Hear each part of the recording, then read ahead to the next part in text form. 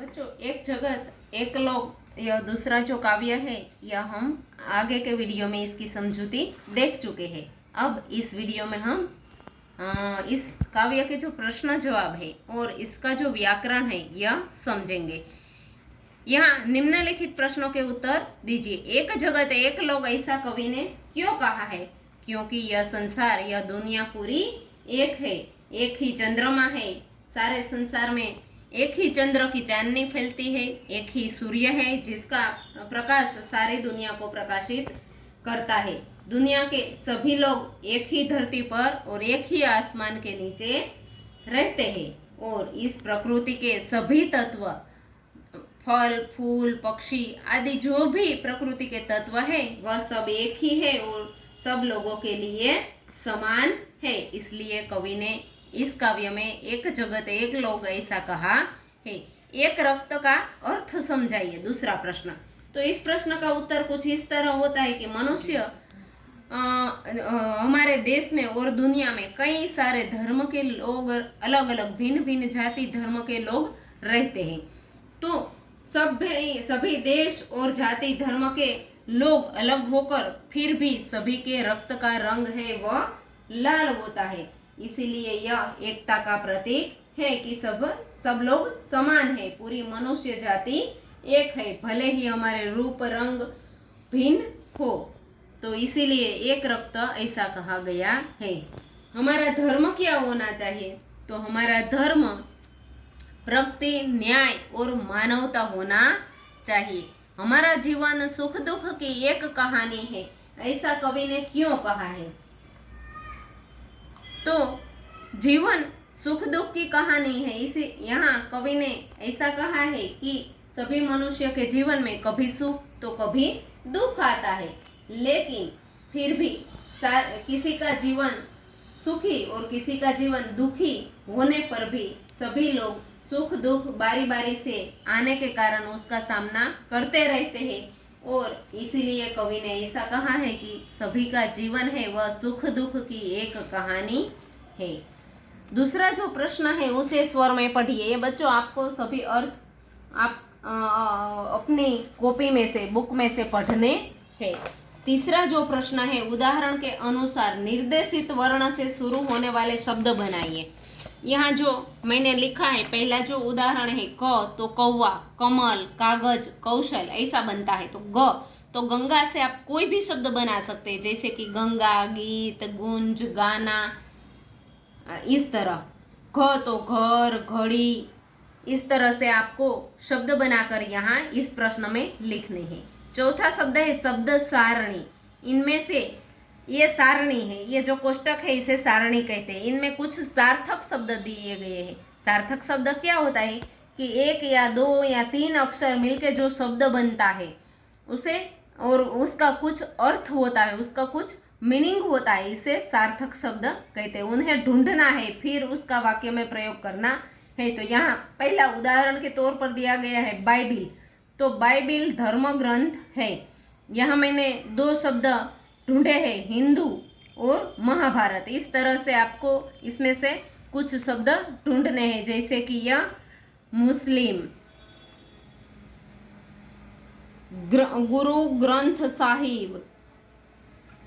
तो इस तरह से आपको ये शब्द ढूंढकर फिर अपनी जो बुक है उसमें इस तरह से लिखने हैं कि हिंदू तो हम हिंदू है, महाभारत तो महाभारत का युद्ध हुआ था। इस तरह से आप कोई भी शब्द के द्वारा वाक्य बना सकते हैं। फिर उसके बाद है स्वाध्याय के कुछ प्रश्न। तो निम्नलिखित प्रश्नों के उत्तर लिखिए। इस काव्य में प्रकृति के कौन कौन से तत्व है? तो इस काव्य में प्रकृति के तत्व सूर्य, चंद्र, पक्षी, फूल, भूमि, आकाश, पर्वत, हवा और पानी, यह सब प्रकृति के तत्व दिखाए गए हैं। दूसरा जो प्रश्न है, काव्य का शीर्षक एक जगत एक लोग क्यों रखा गया है? तो यह विश्व एक ही है।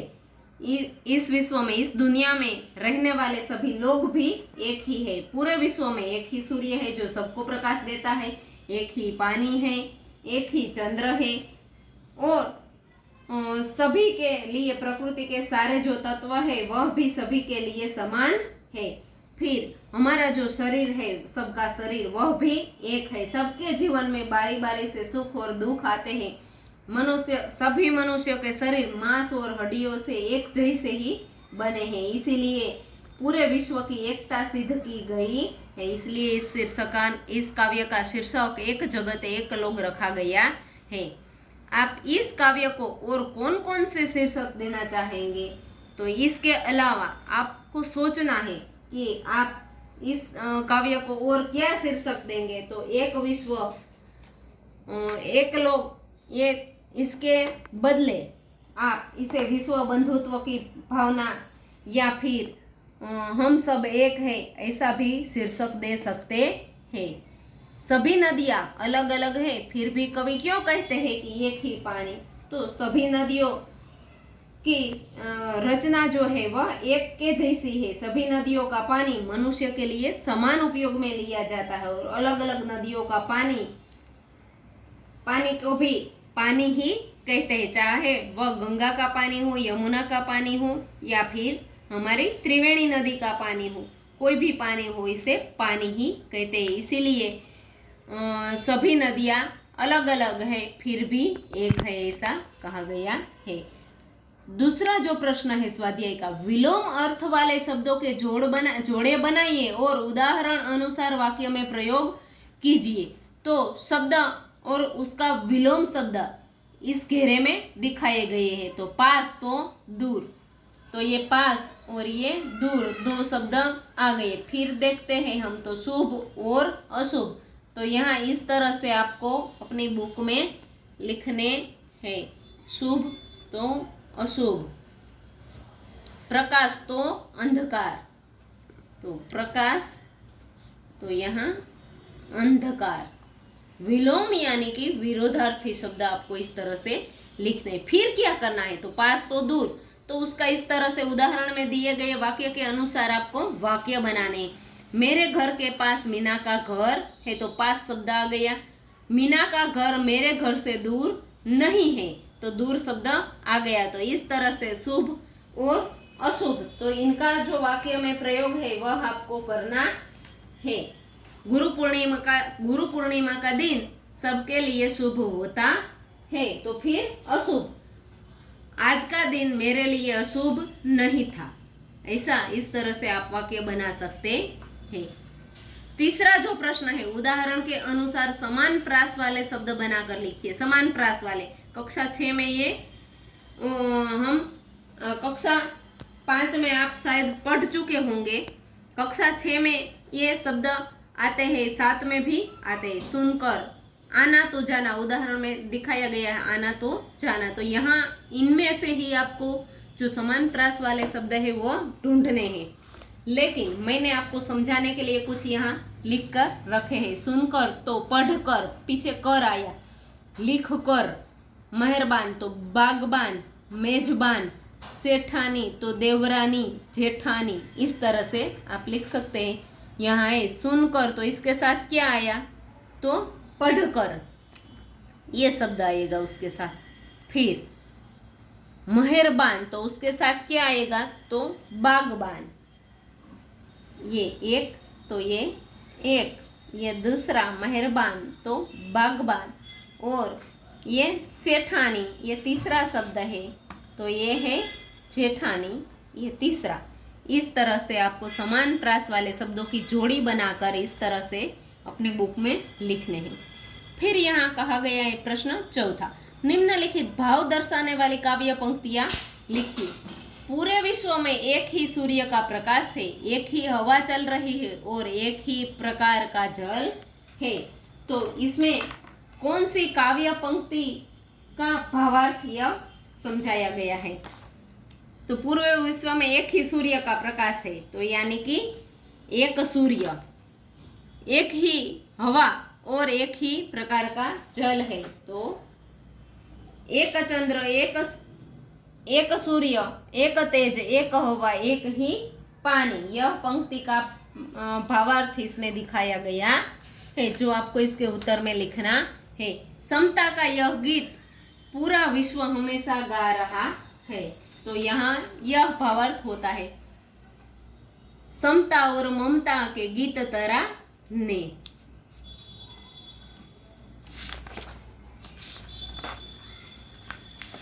फिर 5वां प्रश्न है, समानार्थी शब्द ढूंढकर घेरा बनाइए और लिखिए। तो लोक, ये जो लोक शब्द है, लोक का जो समानार्थी शब्द, तो लोक का समानार्थी शब्द क्या होता है? तो ये विश्व और ये है दुनिया। फिर ये शब्द बनाकर आपको यहाँ लिखना है, विश्व और दुनिया। मान, तो मान का समानार्थी शब्द सम्मान और प्रतिष्ठा। तो यहाँ आपको लिखना है सम्मान और प्रतिष्ठा। निशान, तो निशान का समानार्थी शब्द होता है चिन्ह और संज्ञा। तो यहाँ आपको लिखना है चिन्ह और संज्ञा। हाथ, तो हाथ का समानार्थी होता है हस्त और पानी। ये पानी और हस्त, ये हस्त और ये पानी। अंबर, अंबर का समानार्थी होता है आकाश और गगन। तो ये आकाश और ये गगन। तो ये सभी समानार्थी शब्द हमने ढूंढकर यहाँ लिख दिए हैं। फिर आगे के प्रश्न में इसी समानार्थी शब्द के आपको वाक्य में प्रयोग करना है। प्रश्न 5 में आपने जो दो समानार्थी शब्द ढूंढे हैं, ये दो, उनका वाक्य में प्रयोग कीजिए। उदाहरण के तौर पर हाथ तो पानी, हाथ तो पानी। सीता ने पानी से पानी पिया। पानी का अर्थ क्या होता है? तो पानी है ये पानी, और पानी से पानी, पानी यानी कि जल, पानी यानी कि हाथ और पानी यानी कि जल। तो सीता ने पानी से पानी पिया, यानी कि सीता ने अपने हाथों से पानी पिया।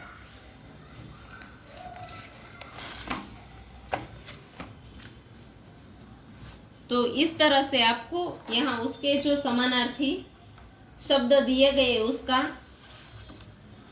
प्रयोग करके वाक्य में प्रयोग करना है। विश्व, तो यह विश्व बहुत बड़ा है। दुनिया, तो दुनिया में कई धर्म के लोग रहते हैं। तो ये पहला जो है वह मैंने लिखा है। सम्मान, सबको सम्मान चाहिए। हमारी प्रतिष्ठा बढ़े, ऐसे काम हमें करने चाहिए। तो इस तरह से आपको वाक्य बनाकर अपनी बुक में लिखने हैं।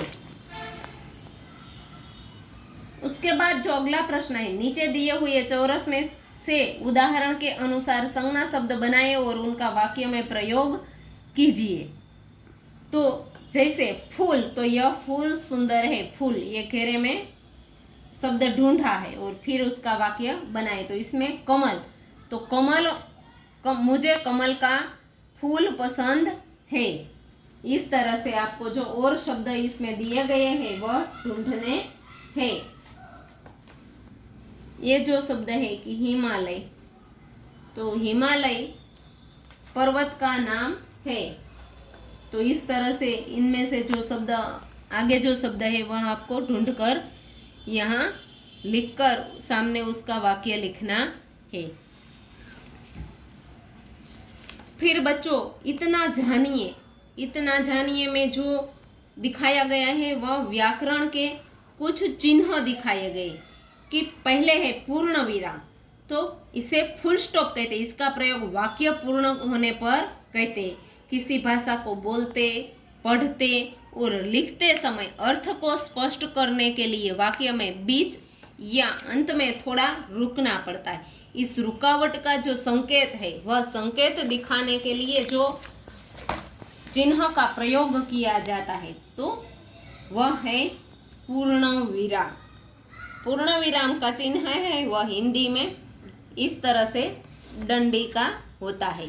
यहाँ जो कुछ दिखाए गए वाक्य कि मोहन ने पत्र लिखा, वाक्य पूरा हो गया तो पूरा होता है तो फिर क्या करना है, उसे हमें पूर्ण विराम करना है। पूर्ण विराम करते ही यानी कि उसका अर्थ होता है कि वाक्य पूरा कर दिया गया है। आगे का जो चिन्ह है वह है अल्प विराम। कौन सा है बच्चों? अल्प विराम। तो अल्प विराम का चिन्ह कैसा होता है? जैसा गुजराती में होता है ऐसा ही हिंदी में होता है। यह चिन्ह है वह अल्प विराम का है। तो जैसे कि आपको कुछ वाक्य है, अल्प विराम का प्रयोग थोड़ा सा रुकने के लिए करना है। जैसे कि यहाँ उदाहरण के तौर पर दिखाया गया है कि राम, सीता और लक्ष्मण वन में गए। वन में गए तो राम और सीता ये दो नाम है, दो नाम के बीच में हमें रुकना पड़ा थोड़ा, इसलिए यहाँ अल्प विराम का चिन्ह किया गया। फिर तीसरा जो चिन्ह है वह है प्रश्नवाचक चिन्ह। तो प्रश्नवाचक चिन्ह का प्रयोग कब होता है बच्चों? तो प्रश्नवाचक चिन्ह है उसका प्रयोग किसी को हम जब प्रश्न पूछते हैं कि कुछ जानकारी प्राप्त करने के हेतु से जो हम किसी को पूछते हैं तो यह पूछने के बाद जो प्रयोग किया जाता है वह प्रश्न चिन्ह है। आप कहाँ जा रहे हैं, हमें यह जानकारी किसी से चाहिए कि किसी को पूछना है कि तुम कहाँ जा रहे हो, तो आप कहाँ जा रहे हैं, तो यह जो वाक्य है उसके बाद प्रश्नार्थ चिन्ह लगता है। फिर है विस्मयादि बोधक चिन्ह। क्या है बच्चों? विस्मयादि बोधक। कुछ ऐसा होता है कि जो आपने सोचा भी नहीं हो, यह देखकर आपको विस्मय होता है, यह आश्चर्य होता है, तो इसे विस्मयादि बोधक कहते हैं। यह चिन्ह का इस तरह से प्रयोग होता है। अरे तुमने तो बहुत अच्छा खाना बनाया, वाह आपने तो कमाल कर दिया। तो अरे, वाह, शाबाश, ऐसे जो शब्द होते हैं उसके पीछे आपने बहुत अच्छा बुक में लिखा तो मैं आपको शाबाशी दूंगी, तो शाबाश तुमने बहुत अच्छा होमवर्क किया। तो शाबाश के बाद यह जो प्रयोग होता है वह विस्मयादि बोधक चिन्ह कहते हैं। अरे वाह, शाबाश, ऐसे वाक्य के बाद में जो आता है वह है विस्मयादि बोधक। उसके बाद होता है योजक। कौन सा चिन्ह है बच्चों? योजक। योजक ये जो किया है यह योजक ही है। जैसे आडी लिटी, योजक चिन्ह का प्रयोग सामासिक शब्दों को जोड़ने के लिए होता है। जैसे कि हम लिखते हैं कि गुरु तो शिष्य, माता तो पिता, भाई तो बहन। तो ऐसे जो शब्द है उसे दिखाने के लिए बीच में जो प्रयोग किया जाता है वह है योजक चिन्ह। उसके बाद जो है निर्देशक। तो निर्देशक भी योजक के जैसा ही होता है। डैश पर ये जो चिन्ह है उसका प्रयोग वाक्य में कोई बात स्पष्ट करने के लिए किया जाता है। योजक है वह ऐसे शब्दों के बीच में आता है। ये दोनों के बीच में जो अंतर है, आपको चिन्ह समान दिखाई देते हैं, लेकिन योजक है वह कुछ सामासिक शब्दों को जोड़ने के लिए, जो एक जैसे एक संबंध में जोड़े होते हैं, इस तरह के शब्दों को जोड़ने के लिए जो प्रयोग होता है वह योजक होता है। और निर्देशक ये किसी बात को स्पष्ट करने के लिए उसका प्रयोग किया जाता है। जैसे हम चुटकुले देखते हैं तो चुटकुले में कैसा होता है कि ग्राहक या कोई बोलता है और सामने वाले को कहता है तो बीच में जो प्रयोग किया जाता है ग्राहक, इस पुस्तक का मूल्य क्या है, तो ये जो प्रयोग किया गया बीच में वह है योजक।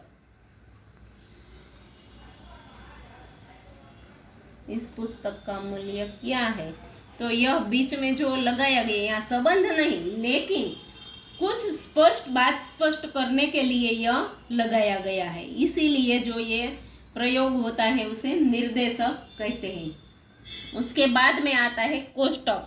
ये तो आपको गणित में बहुत ही प्रयोग होता है, इसलिए सामान्य रूप से आपको पता ही है, इसे ब्रैकेट भी कहते हैं। तो किसी शब्द के अर्थ को स्पष्ट करने के लिए कोष्टक का प्रयोग होता है। तो ये कैसे होता है, तो जैसे कि विरुद्धार्थी और विलोम शब्द, जैसे यहाँ एक दिखाया गया है उदाहरण के तौर पर कि अध्ययन, तो ये अध्ययन का समानार्थी शब्द क्या होता है, तो पढ़ना। अध्ययन हर क्षेत्र में लाभ देता है, हर क्षेत्र में लाभ देता है। तो यहाँ यह शब्द का जो अर्थ है वह सूचित करने के लिए या फिर दिखाने के लिए, स्पष्ट करने के लिए जो कंस का प्रयोग होता है उसे कोष्टक कहते हैं, यानी कि ब्रैकेट भी कहते हैं। फिर है अवतरण चिन्ह। अवतरण चिन्ह में दो प्रकार के अवतरण चिन्ह होते हैं। अवतरण चिन्ह, उसमें एक इखरा होता है, यानी कि जिसे गुजराती में हम कहते हैं सिंगल अवतरण चिन्ह। ये जो है ये सिंगल अवतरण चिन्ह है। सिंगल इखरा अवतरण चिन्ह का प्रयोग कब होता है, तो किसी का उपनाम, जैसे कि कोई पाठ में हम देखते हैं तो कोई कवि या लेखक के उपनाम आते हैं, तो यह उपनाम है, इसके आगे पीछे भी इखरा अवतरण का चिन्ह प्रयोग किया जाता है। उसी तरह हमारा उपनाम हो तो हमारे उपनाम के आगे भी यह लगाया जाता है। फिर रचना या पुस्तक के जो शीर्षक है उसे दिखाने के लिए, हाईलाइट करने के लिए इस अवतरण चिन्ह का पाठ प्रयोग होता है। जैसे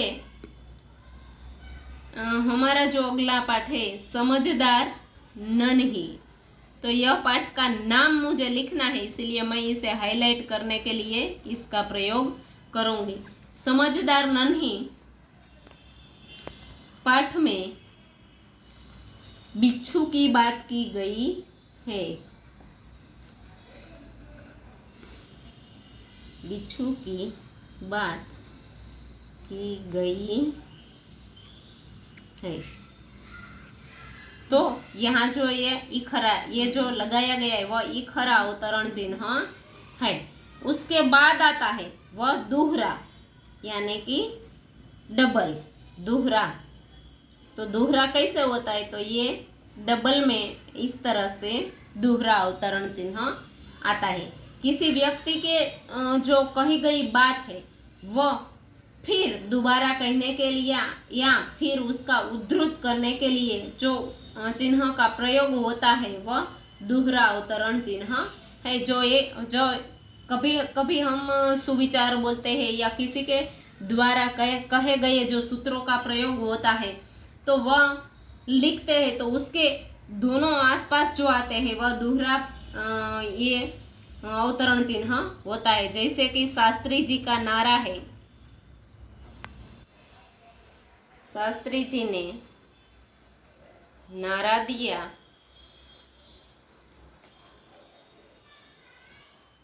जय जवान जय किसान। तो ये जो है इसके दोनों ओर जो लगाता है वह दोहरा अवतरण चिन्ह है। तो इस तरह से बच्चों यहाँ मैंने आपको यह अवतरण चिन्हों की समझ दी है। वाक्यों में उचित विराम चिन्ह लगाए, तो जो मैंने आपको समझाया उसी का यहाँ आपको वाक्य में कुछ वाक्य दिए गए हैं। तो इस वाक्य में आपको जो जो अवतरण चिन्ह मैंने समझाए वह लगाने हैं। पहला है छी छी, तो इसके आगे क्या आएगा, कौन सा चिन्ह आएगा, तो विस्मयादि बोधक। ये जो चिन्ह हमने पढ़ा था, विस्मयादि बोधक चिन्ह, अरे वाह, शाबाश, छी छी, ऐसे शब्दों के आगे जो आता है वह विस्मयादि बोधक। उसके बाद में तुमने यह क्या किया, तो यहाँ जो आएगा पूर्ण विराम आएगा। वैशाली ने मयंक से कहा, तो कहा यहाँ थोड़ा रोके तो क्या आएगा, अल्प विराम आएगा। घर चलो, घर चलो यह वाक्य रिपीट हुआ, इसलिए यहाँ दोहरा आएगा, क्योंकि यह वाक्य दोहराया गया है। वाह, तो यहाँ क्या आएगा, विस्मयादि बोधक चिन्ह। मजा आ गया, मजा आ गया, तो फिर यहाँ भी विस्मयादि बोधक। अरे, तो यहाँ विस्मयादि बोधक, तुम नहीं गए, तो ये प्रश्नार्थ चिन्ह। तो इस तरह से बच्चों यहाँ आपको अपनी बुक में ऐसे विराम चिन्ह लगाने हैं। इसके बाद जो अंत में प्रश्न है, चित्र में रंग भरिए और प्रकृति के बारे में चर्चा कीजिए। तो इस चित्र में रंग भरकर चित्र का जो वर्णन है वह आपको अपनी बुक में लिखना है कि यह जो चित्र है वह वर्षा ऋतु का चित्र है, वर्षा ऋतु का चित्र दिख रहा है। बारिश आने के वजह से सारे जमीन पर सभी पर पानी फैला हुआ है। आसपास में कई सारे वृक्ष भी दिख रहे हैं, आकाश में पंछी उड़ रहे हैं। तो एक मोर वृक्ष के ऊपर भी बैठा हुआ है। बच्चे कागज की होड़ी नाव बनाकर खेल रहे हैं। तो ये जो लड़कियां हैं वह मिट्टी में से पर्वत या घर जैसा कुछ बना रही है। तो इस तरह से आपको चित्र में जो जो दिखता है वह आपको लिखना है। फिर प्रकृति के बारे में चर्चा कीजिए।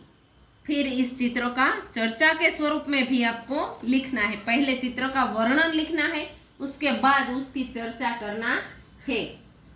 तो बच्चों, यह आज का यह जो पीरियड है वह मैं यहाँ पूरा करती